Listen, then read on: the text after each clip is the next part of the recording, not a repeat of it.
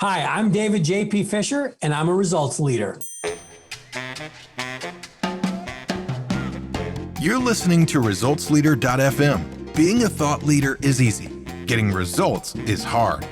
This show is for the results leader who lives and dies by their results. Here is your host and Chief Results Leader, Jonathan Rivera. You know what time it is. It's time for another ResultsLeader.fm. And today's interview is a fun one. Got my friend David JP Fisher. Some people know him as D Fish. He's got his own podcast. He is an author of, I think, something like 11 books. He's a sales trainer, business coach, and he's focused on bringing the human touch back into business. This guy is fun. So let's jump into the interview. David, welcome to the show. Stoked to have you here. Are you ready to do this thing? I am ready. Let's rock and roll. That's what I'm talking about. So let's give our listeners a quick win. What book or books have you given most as a gift? Besides mine, the book that I've probably given the most as a gift is one that it's a little older now, but it's Stumbling on Happiness. Daniel Gilbert, psychologist who just kind of looked at, I think he's actually done a bunch of commercials for some financial services firm, but a wonderful look at what actually makes us happy and what we get wrong about that. And so I've given that over the years to a lot of people. I think we could all use a little more happiness. So thank you for that. Now, I want you to think back over your career to a failure that set you up for later success. Tell us a story. Probably one of the early struggles I had. So this was in my first sales job. I worked with a company called Cutco Cutlery. In direct sales, many of your listeners probably know of the college kids that go sell knives in people's kitchens. That was me, and had a lot of success early on, which was great. After about a year, though, really struggled. And I love to say it was just one failure, but it was a good 2-month slump. And really started to doubt myself a lot. And I remember it just so happened that one of the vice presidents of the company, a great man who has passed on since then, named Marty Dimitrovich, sat down with me for a few minutes and was like, how's it going? I'm like, I'm struggling. I don't know. I mean, I did so well and I don't know how to sell. And it was great. He goes, here's what you need to do. The next time you go out and do a sales call, forget all the fancy stuff you've been adding over the last year and go back to exactly what you did the first week, like right when you started, like go back to the basics, the training that you learned. And lo and behold, I did that and it had a huge month the month after that. And it realized that I just overcomplicated things way too much. And so for me, it was just learning to get back to the basics. And so now, even in the last 2 decades, anytime things are really kind of a struggle, I go, okay, what can I pare away to get to the heart, the core of what I should be doing and to keep it simple? Give me an example of what you mean by back to basics. So I'll use it, for example, in the work that I do now as a solopreneur, an entrepreneur. A lot of my work, is client delivery, but a lot of it's also getting clients, right? Like so many people, we got to do business development. And a lot of times we're looking at all these really fancy marketing tools and automations and all that stuff. And what I've realized is sometimes I just have to remind myself, hey, you know what? Pick up the phone or proverbially shoot an email. If there's somebody who's a good prospect, somebody who's maybe in your network tangentially, just call them up, let go of all of the fancy funnels and everything, and just try to have a human conversation with them. And when I do that, more often than not, I find success, right? And especially from a business development standpoint, it's often just going back to the basics of doing the outreach, not trying to put too many processes or programs in place. There's a place for all of those, but it's really easy to just get this, I call them the barnacles, right? That kind of just accumulate in your business over time. Let's talk about investments.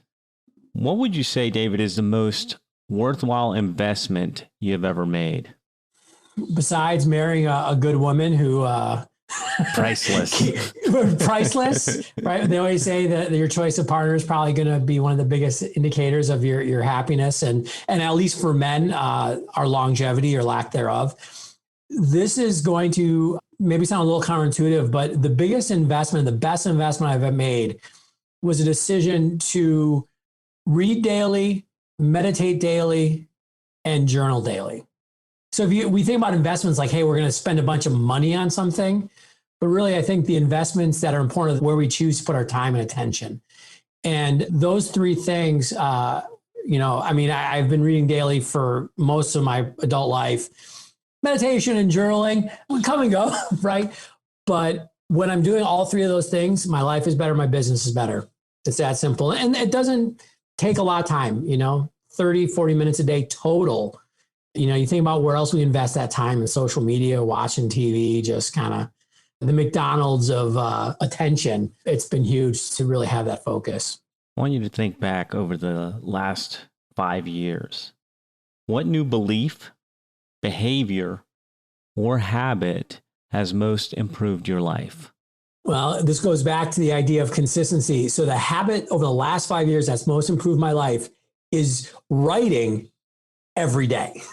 So in my job, whether it's, I've written 11 books now. I've written over 450 articles as the main piece of my thought leadership and business development. I wrote a book of haiku, where I wrote a haiku every day for a year. So it's not just business stuff. Give me a haiku. Drop a haiku on us. I don't have any of them memorized. That's why I have a book. Oh, man. Go get the book. Now I'm trying to think if I got it on the shelf. It's called 575, Life in Chicago as Seen Through Haiku. But this idea of writing every day has been such a huge help. One, because of the content production, right? And sharing my message and sharing what I want to say. But one of the things that I think people who get wrong is you don't write because you know what you want to say. You write and it helps you figure out what you're trying to say. It's like a conversation you have with yourself.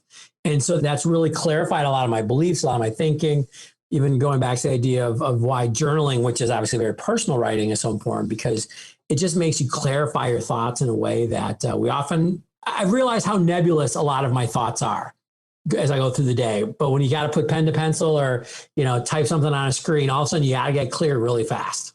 Let's talk about bad recommendations. What would you say are some of the bad recommendations you hear in your area of expertise? Some of the bad recommendations that I hear in area of expertise, especially when we think about sales, we think about networking, LinkedIn, is the idea of scaling and automation. There was this push, I think, over the last decade for sure, where it's, hey, how do we automate? How do we scale? You want to be successful, just get a bot to do it, or just, how can you send out a message to hundreds and thousands of people at a push of a button? And I think it's done a lot to destroy credibility. One of the things that I tell people who are business owners or sales professionals, entrepreneurs, it's your reputation is paramount. And so if you're doing something that outsources your interaction with your customers and clients, prospective customers and clients, that's no good. So stay away from anything that's automated, that's scaled, that's just fake. Because if you dive into just automating, and by the way, let me be clear, there's places for smart scalability. There's places for smart automation.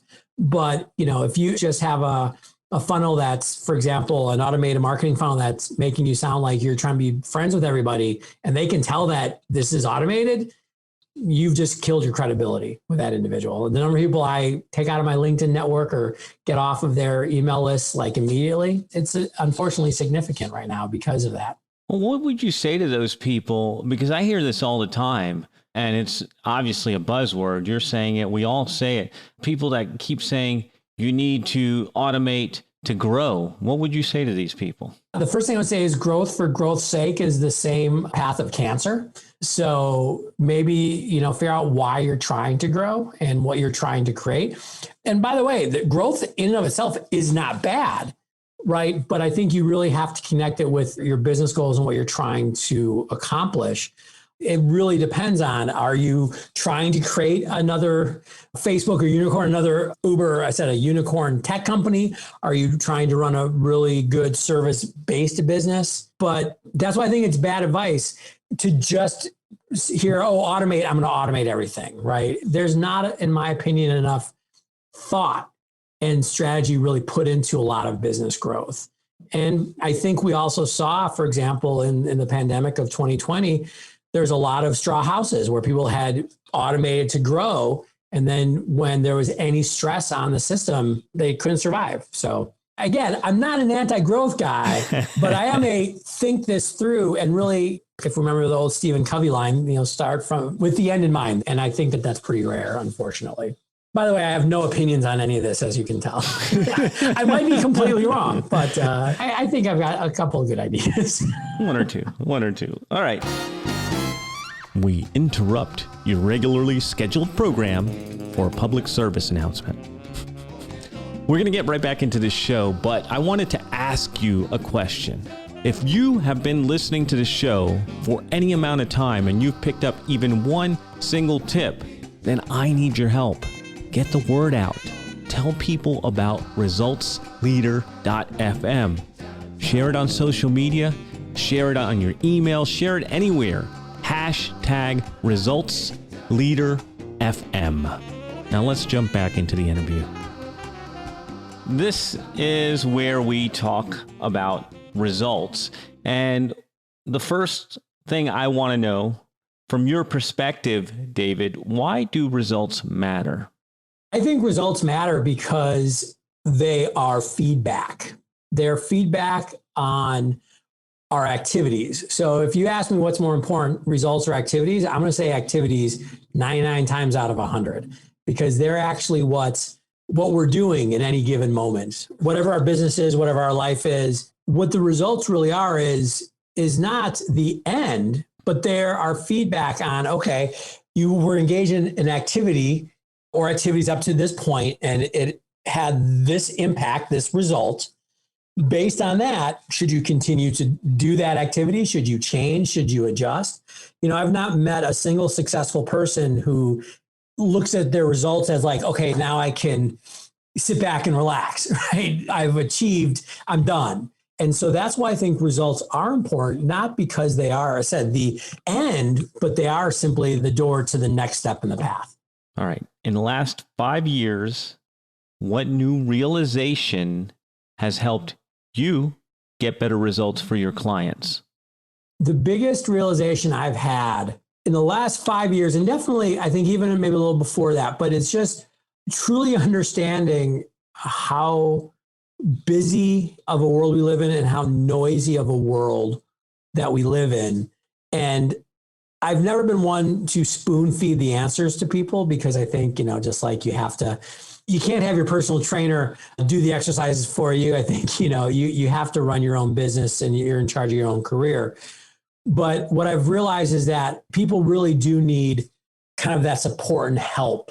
And so it's enabled me to really be okay with, I wouldn't call it hand holding as much, but really just walking with people through their process, whether that's, again, building their sales abilities, whether that's developing a LinkedIn process for their organization, up and down the scale, but really just realizing that the more I can do to kind of be the guide for people and really walk with them, that's important, because we just have so many demands on our time that even people who have really good intentions and want to do things differently, it can be hard to escape kind of the rat race and the noise that's around us. So how do you do that, man? Because it is a fine line. How do you walk with them without doing the reps for them? How do you balance that? The first thing I would say is simply by paying attention to that fine line, right? I guess I would say that it's not just a checklist that says, oh, every time you're talking to somebody, this is what you do. I often use the phrase the term harmony instead of balance, because balance makes us think there's just like one point that if we get to that, then, I can, do that with every client, everything's good. But harmony really, I think, is a way of recognizing that you kind of go in and out, and it's a dynamic versus static process. So that's why, for me, the biggest thing is actually just paying attention. And instead of just saying, hey, do these things, and then I'll call you in a week, or, we'll talk in a month and you tell me how it goes. It is just kind of having some of that communication. I'm a parent of a young son. It's kind of like parenting. It's tough to know when do you have to be stern and when do you have to just give him a hug. You don't always get it right, but if you actually are invested into the relationship, you'll get it right more than you won't, I guess, if that makes sense. I love the term harmony, by the way. We use that a lot. I love that you brought that to the show. Thank you. Sure. Now let's talk about your business. Yeah. What area of your business would you like better results? You mean Having somebody come and do all my work for me. That'd be great. Right. You'd be bored. Yeah. I mean, one of the things that's exciting in my business is, I've been out on my own for 15 years now, which has been great. And one of the things that we're doing in just the last couple of years is really kind of growing. We were talking about scaling, is growing the reach and the impact that I'm having. We came out with some new editions of some of my books on networking and using LinkedIn, which has been great, kind of addressing the digital / offline hybrid world that we're living in right now, in the kind of post 2020 world, post pandemic, if you would say. So for me, it's continuing to ratchet up my skill set in terms of presenting this material and being in front of audiences and helping them. And so that's always the challenge, is being relevant in a noisy, busy, chaotic world where everybody's getting slammed with information. Not all of it's good.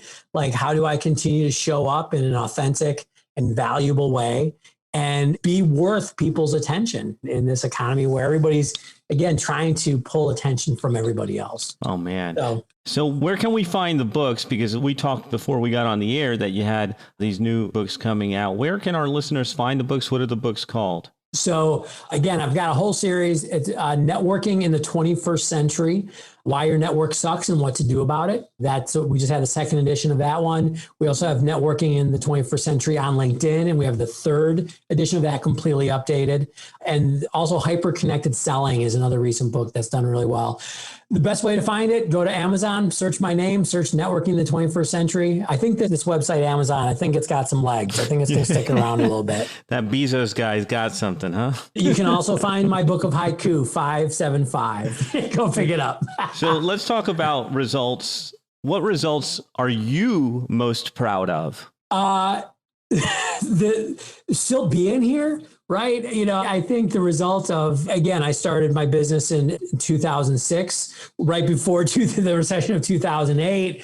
Obviously, everything has happened the last couple of years. I tell small business owners, new entrepreneurs, even existing entrepreneurs all the time, survival is the win. I know when I first went out on my own, my parents were like, wait, what are you going to do? And I'm like, no, trust me, I'm going to pay the bills. And I have. And that's something that I'm super proud of, that I've been able to chart my own course and pursue writing books and speaking and all these different avenues of helping people that I've pursued. And I'm still around. And that's, as a business person and as a professional, just as a person, that's something I'm really proud of. What we like to say around here is we're just getting started. So any parting thoughts that you'd like to share with the results leaders who are listening to us right now? The last thing I would share is, you only have one day. This is our one day. Tomorrow is not promised to anybody.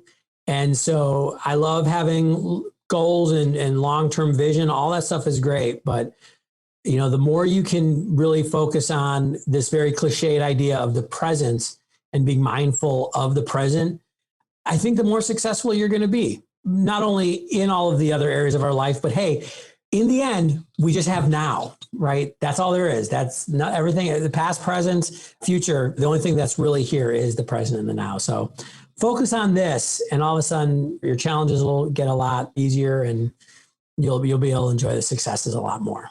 Now, there is no question that our listeners are going to want more from you. So where can they go to get more David Fisher? Yeah, the best place is davidjpfisher.com. That's our online home. It's got links to all my writing, all my books, all our information on coaching and speaking. And then I'm also in the social media world on LinkedIn quite a bit. So you can find me at linkedin.com/in/IMDFish. IAMDFISH. That's my nickname. And also check out my podcast if you want to. After listening to this, make sure you've subscribed here for sure.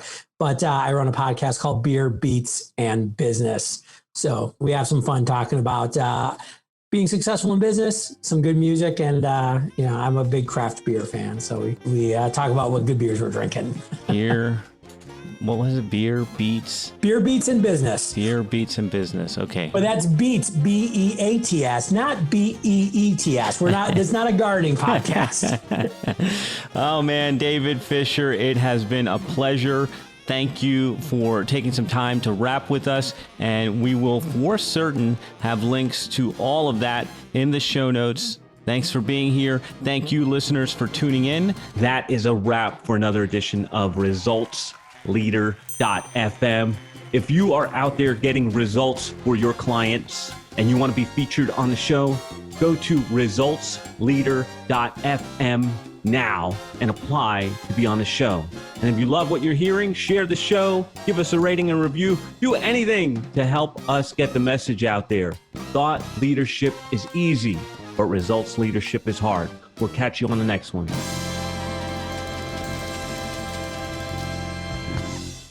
This is the podcastfactory.com.